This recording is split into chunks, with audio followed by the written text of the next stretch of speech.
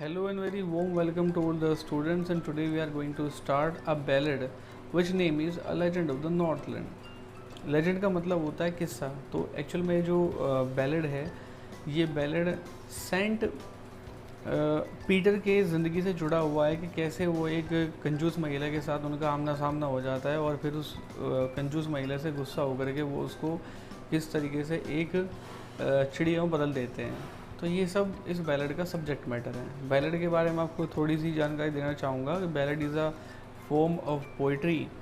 जिसके अंदर कोई पॉपुलर जो किस्सा है उसको बताया जाता है इन वर्स फॉर्म। तो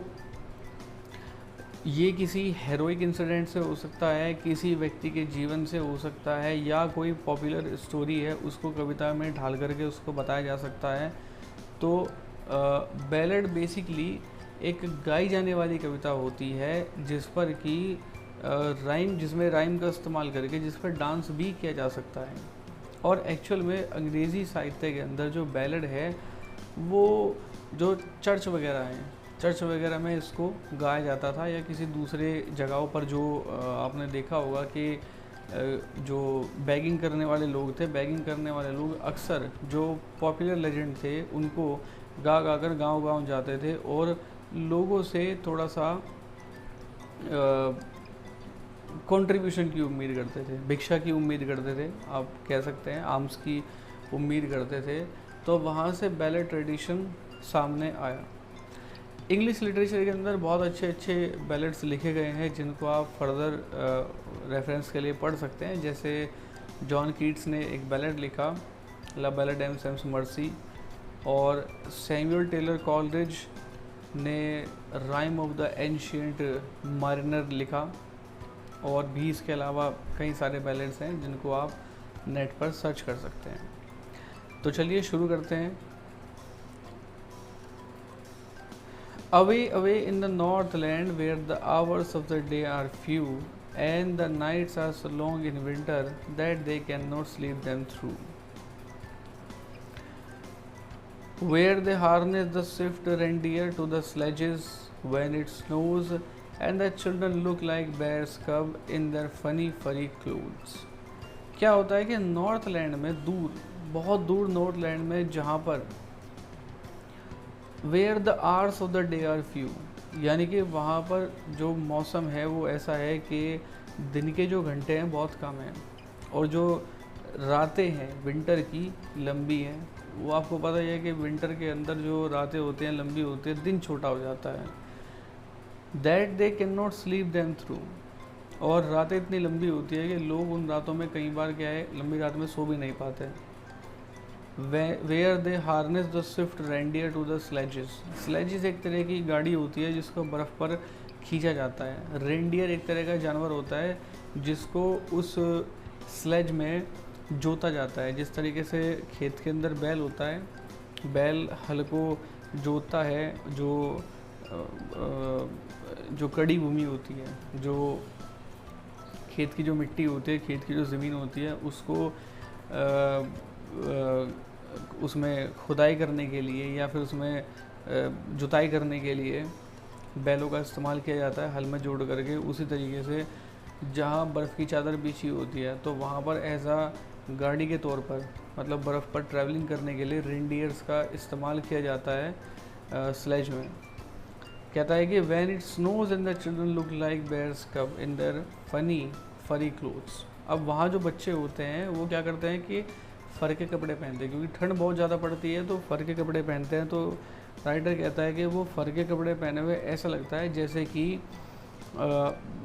जो भालू है, भालू के छोटे जो बच्चे होते हैं वो अपने फरी जो क्लोथ्स हैं उनमें ऐसे लगते हैं।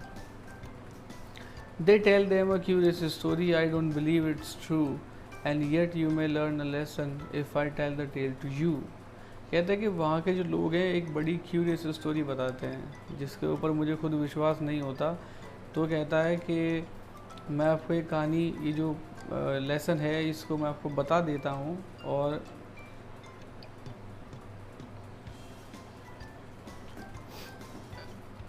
ये जो कहानी है मैं इसको आपको बता देता हूँ और इससे आप जो शिक्षा है वो ले सकते हैं, यानी कि जो अपना मॉरल लेसन है वो आप इससे कहानी से ले सकते हैं, मैं आपको बता देता हूँ।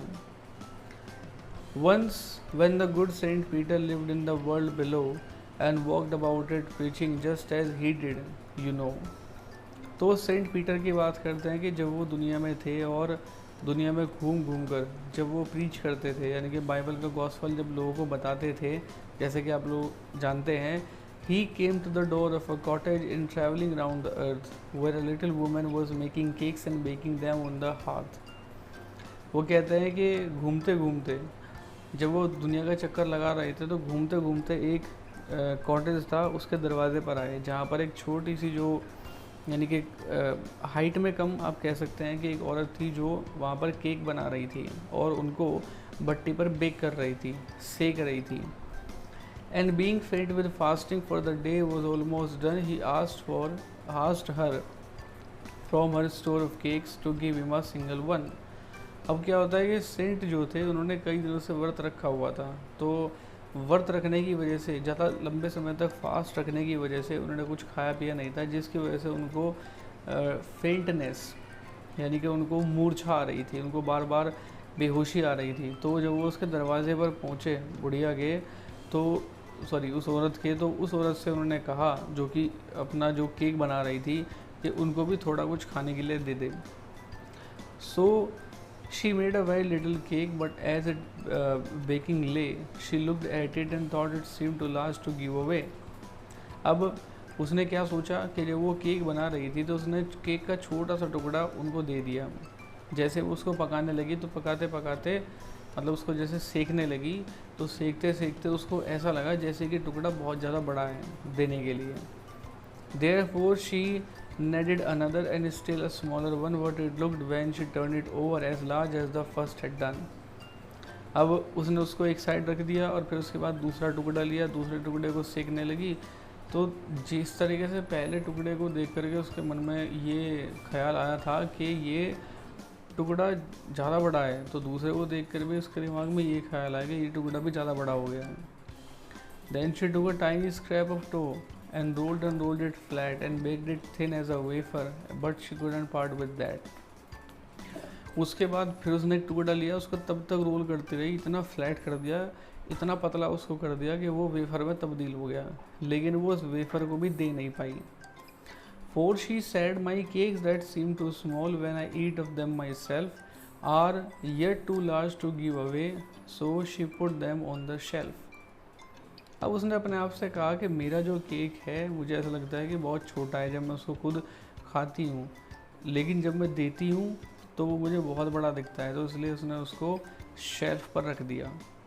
Then good Saint Peter grew angry, for he was angry and faint, and surely such a woman was enough to provoke a Saint.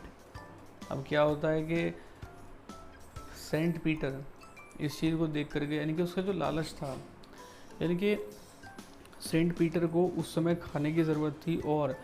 वो उसके दरवाजे पहुंचे थे और वो खाना बना भी रही थी, लेकिन उसके लालच ने, उसकी जो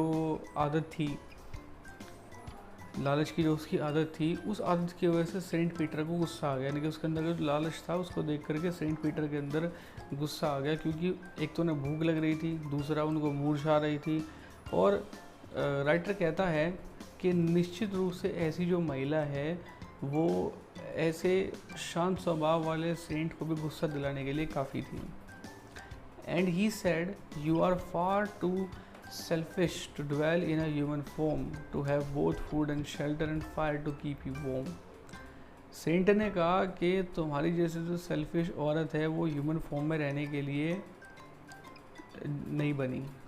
उसके पास खाना हो, शेल्टर हो और ऐसे ठंड के मौसम में खुद को गर्म करने के लिए साधन हो, ये तुम्हारे लिए, तुम पे नहीं जचता, तुम पे सूट नहीं करता। Now you shall build as the birds do and shall get your scanty food by boring and boring and boring all day in the hard dry wood। अब सेंट ने क्या किया कि उसको एक चिड़िया बदल दिया। उसने कहा कि अब तुम वैसे ही करोगी जैसे चिड़ियाएँ अपने घोंसले को बनाने के लिए करती हैं, कि तिनका जोड़ करके अपने घोंसले को बनाती है और थोड़ा सा उनको खाना मिलता है जब वो ड्राई वुड्स में उनको बोरिंग करती रहती है। यानी कि जब वो ड्राई वुड्स में, यानी कि जब वो अपनी चोंच से उसको खोदती रहती हैं, खोदती रहती है, खोदती रहती है, और बहुत थोड़ा सा खाना उनको मिलता है, तो अब तुम भी वैसा ही जीवन गुजारोगी। Then up she went to the chimney, never speaking a word, and out of the top flew a woodpecker, for she was changed to a bird. अब क्या हुआ, बिना कुछ शब्द कहे वो उस चिमनी से निकल करके ऊपर चली गई। अब जब वो टॉप पर पहुंची तो वुड पैकर में तब्दील हो गई, क्योंकि उसको जो सेंट थे, सेंट पीटर, उसका श्राप लग गया था। She had a scarlet cap on her head, and that was left the same, but all the rest of her clothes were burned black as a coal in the flame. अब क्या होता है कि उसका जो सर था, उस sir के ऊपर एक स्कारलेट रंग की कैप, यानी कि गहरे लाल रंग की जो कैप थी, जैसे जो वुड पैकर होता है, वुड पैकर का जो सिर होता है उस पर एक लाल रंग का गहरा निशान होता है। तो राइटर उसको कहता है कि जो स्कारलेट रंग की जो कैप थी वो उसके सर पर झुकी त्यों रह गई, लेकिन जो उसके रेस्ट ऑफ द क्लोथ से जब वो फ्लेम से गुजरी तो वो उसमें जल करके काले हो गए, यानी कि बाकी का शरीर तो काला रह गया, लेकिन सर के ऊपर का जो हिस्सा था वो लाल हो गया। And every country school boy has seen her in the wood where she lives in the trees till this very day, boring and boring for food. तो वो कहता है कि गांव में हर एक जो स्कूल बॉय है उसने उसको जंगलों में देखा है, जहां वो पेड़ों में रहती है, और अब तक यानी कि इस दिन तक वो जंगलों में रहती है और अपने फूड के लिए वो सर्चिंग करती रहती है। So this was the poem a legend of Northland, कि जिसमें एक किस्से को बताया गया कि कैसे एक औरत ने अपने लालच के चलते एक संत को गुस्सा दिला दिया, और उस संत ने उस औरत को एक चिड़िया में बदल दिया। तो कविता का जो एसेंस है वो ये है कि हम सबको लालच से दूर रहना चाहिए, और ह्यूमैनिटी के लिए, for the sake of humanity, मानवता के लिए, यदि कोई हमारे दरवाजे आता है, कोई हमसे अगर हेल्प मांगता है, तो हमें अपने जो साधन ईश्वर ने हमें दिए हैं, हमें उन साधनों से उस व्यक्ति की ज़रूरत में हेल्प करनी चाहिए।